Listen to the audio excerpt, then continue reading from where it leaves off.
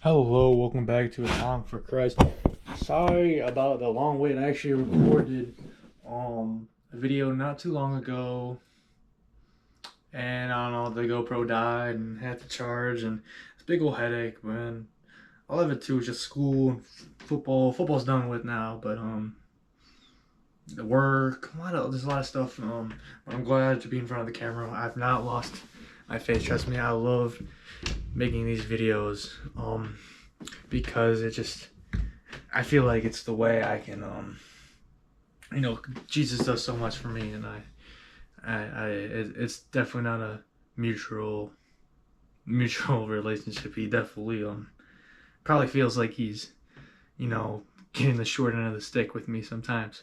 But I want to talk about this today because we had a banquet today, and I was blessed enough to receive a second CML conference, and I got a Zephyr Award, which is basically just the team honoring like my efforts, just like being vocal and trying to lead. And what made this season so awesome to me, and I think it's just in general, because when I've been starting to do this, I just oh, it's been just a little bit better. Is you include Jesus in everything.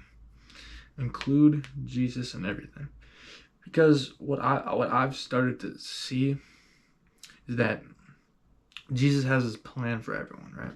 Jesus has his plan for everyone. Like we tend to forget he had an eternity to think about our lives and what they're supposed to be, and he made this plan for us. And in our eyes, it isn't perfect, but it is. It's the perfect plan. And I think we forget what that perfect plan is. I mean, his standard. We don't know his standard, but we can look at the Bible, look at Jesus Christ, look how he lived, and say the standard is something beyond our comprehension. But we know he's reliable. So it's not trusting blindly, but it's basically knowing he's willing to. So I'm stuttering. My stutters are bad today. While I'm stuttering Mickey over here, what I'm basically trying to say is, from the Bible, we know Jesus Christ is reliable, and we can put our faith into his plan blindly. I think I said it good there. And that's what I'm encouraging you to do. Is we have these situations in life, right? But the grand scheme of things is, if without Jesus, it's meaningless. I think we gauge success on personal achievements, wealth, status, and it can destroy people who abuse this, but it can also destroy the people who envy it. So I just encourage you all to include Jesus, because Jesus will humble you. Jesus will humble you. Trust me. Like, I'm talking about football. I ain't much in basketball. I mean, that's just where God put his vision in me, was football. I mean, I will still try and really believe in myself in basketball, but I'm not the same player, and that's okay. Just include Jesus Christ in everything, because it's a relationship. It's a relationship. I think I've used this analogy before in an earlier episode, but it's basically, look, you go into a house, a rich man's house, a big old mansion. You just knock on his door without him knowing you. He will not let you in. And the same thing goes with Christ, right? He has this huge, beautiful kingdom he's spent an eternity for, and if you don't know him, he will deny you of entering the kingdom of heaven. So I just encourage you to just get to know him, because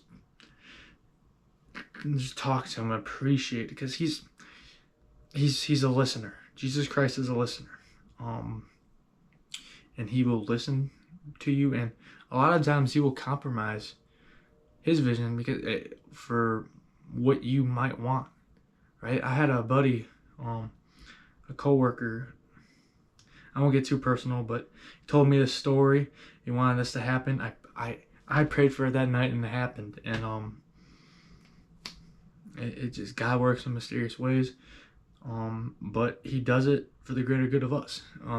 He is literally like a father. Like he disciplines us, but he'll also, when he can, if it's in his will, if it's the perfect thing to do, he will spoil us a little bit. But we just have to put those Jesus lens on and just see that. Yeah, that's basically what I all have today. Sorry for the wait, and sorry that I stuttered a lot today. I guess I just haven't been in front of the camera for too long. But anyway, have a blessed evening. It is like, well, let me look at this time. It's 9:10. You can't really. That's not late for some of you guys. Some of you guys stay up so late. I am so tired right now. I could pass out. There's a bed behind me right now. Guess where I'm gonna be after I record this video? Slumped in those sheets. So yeah. Thanks for listening. Thanks for listening to me rant. I'm basically ranting to the world right now, but of my experiences, and I just try to put it in a Christly manner and try to just dedicate some of my time to Christ. And hopefully in the hopes that one of you can just like be touched by it, and you know, I want everyone who watches this to go to heaven, even if I have had some people in the comments to just that like just, you know, refute me, who mock my God, which is fine. I don't let him take care of it. Like, I just encourage you guys just, you know, really get to know Jesus, because yeah, just get to know Jesus. Like, I think we were intimidated because sometimes the church makes it seem like this whole big thing, and they're not ill-intentioned, but it's just kind of like it's a relationship. Just think of it as a relationship, and I think most priests will agree with me on that. Well, we just focus on it being a relationship, not a religion, and just really open everything, all of your talents, back open to Christ, and don't claim it as your own, but claim it as his. That's it. That's all I gotta say.